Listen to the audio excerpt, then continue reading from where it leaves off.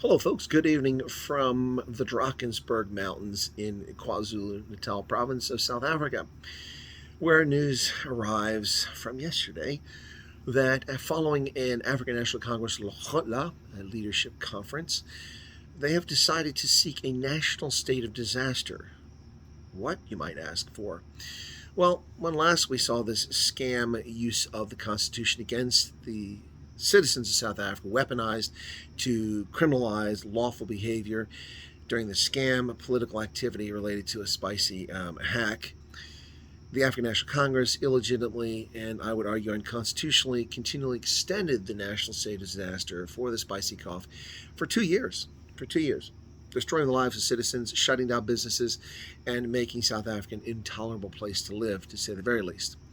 Well, now, the African National Congress, from this leadership, Lekgotla, wants to declare a national state of disaster over the electricity crisis.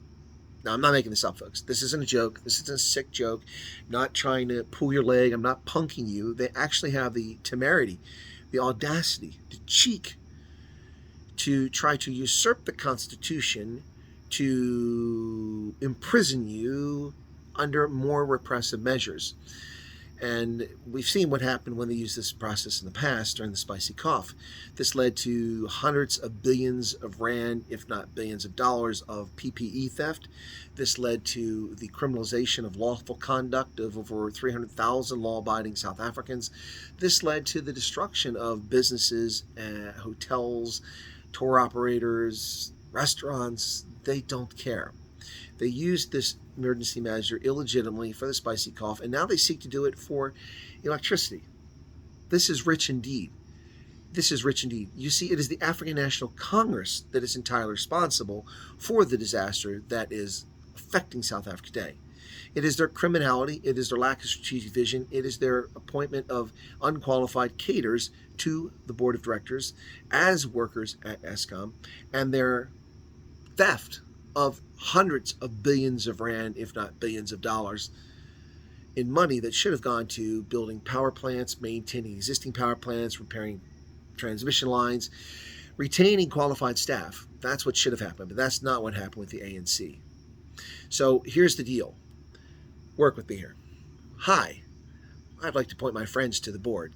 I'm going to create positions just for them so they can profit. They don't have to be qualified. They don't have to show up for work. In the meantime, I'm going to hand out fictitious contracts to my friends with broad-based black economic empowerment so that they can get rich too while the power systems are not updated. That's my plan, folks. That's what I'm going to do. That's what we're going to do. Isn't that amazing? Isn't that amazing? Yes, and we will make all kinds of money, and we will allow the system to collapse over 3 decades, and then we will pretend that the problem is someone else is making. We will swoop in the national state of disaster, and we will, once again, usurp authority, suppress liberty, and make South Africans suffer. Welcome to the African National Congress, folks. The 21st century's rapacious racketeering organization. Shame, shame, shame. They create the disaster and then use it as an excuse to exert more political control at your expense. Well, somebody voted for these people. Hang in there, folks.